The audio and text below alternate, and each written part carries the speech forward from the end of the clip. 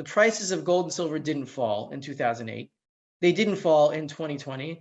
The spot price, the paper price for leveraged futures traders fell, but premiums for physical gold and silver skyrocketed to all-time records. So obviously, we're Wall Street silver. We care about silver and to a lesser extent gold. If you look back at the 2008 parallel, they sold off also when the shit hit the fan and everyone's getting margin calls. The good got sold off with the bad. Gold and silver collapsed also, but then they were the first to rise.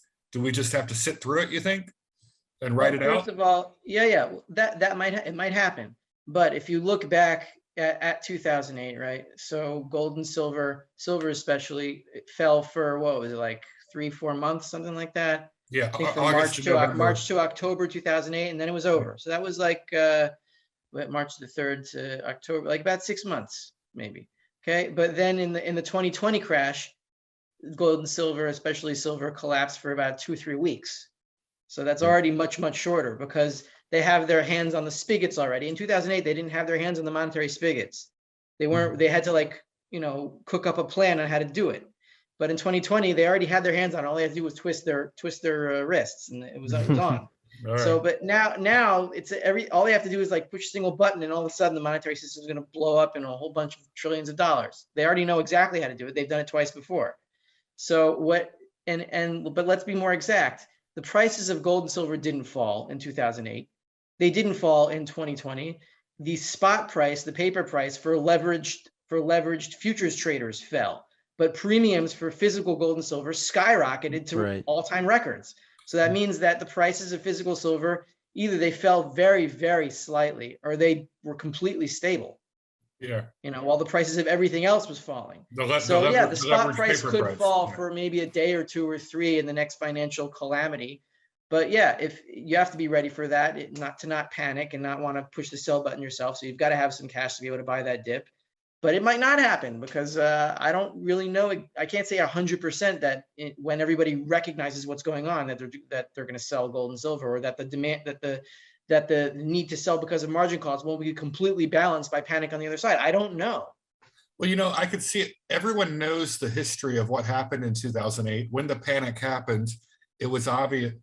Silver and gold were the first to recover and went on to an incredible run. Gold went from 800 to 1900. Silver went from 10 to 50 over the next 2 or 3 years after that. And people knowing that, you're almost expecting, if it happened again, it's like people would be immediately responding like, this is it. This is the time to go get them because they're about to take off. So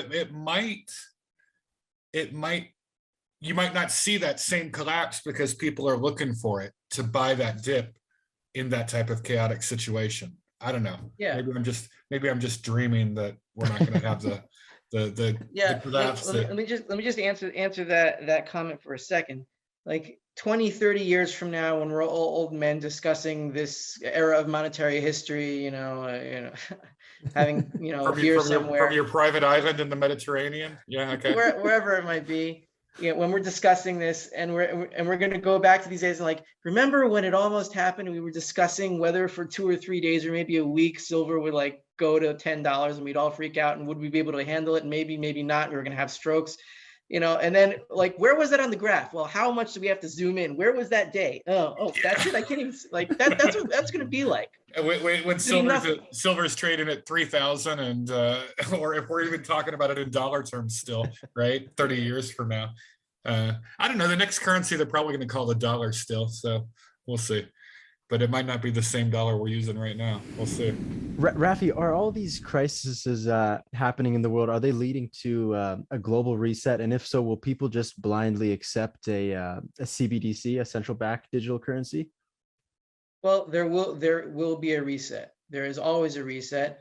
The Bible teaches, in my perspective, that the world has to reset every 50 years or so. You need a debt reset because debts can't keep accumulating. There will be a reset. The only question is on whose terms will the reset be? Now, the pessimists will say that the reset will be on the elitist terms, and they'll control everything, and they'll have all the power and we'll be slaves forever, and cry in their beds, and then the world is over, and why am I living, and what good is tomorrow? I'm not a pessimist in that way. I don't. It's not possible, because you can't keep stealing and expect that there will be stuff left to steal. Eventually, everything goes away, and then all their power collapses.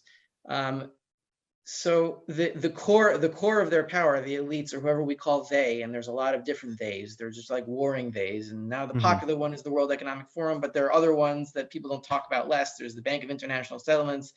There's the IMF. They're all the same players on the same stage, vying for position right now. So the core of their power is their ability to inflate the monetary system. But hyperinflations cure that, because hyperinflation is a counterattack in the opposite direction. It's the people saying, we're not taking your stuff anymore. It's worth nothing. And once that happens, you can't build value on top of a hyperinflated currency. You need a basis on which to, stack your value again, because the pyramid is gone.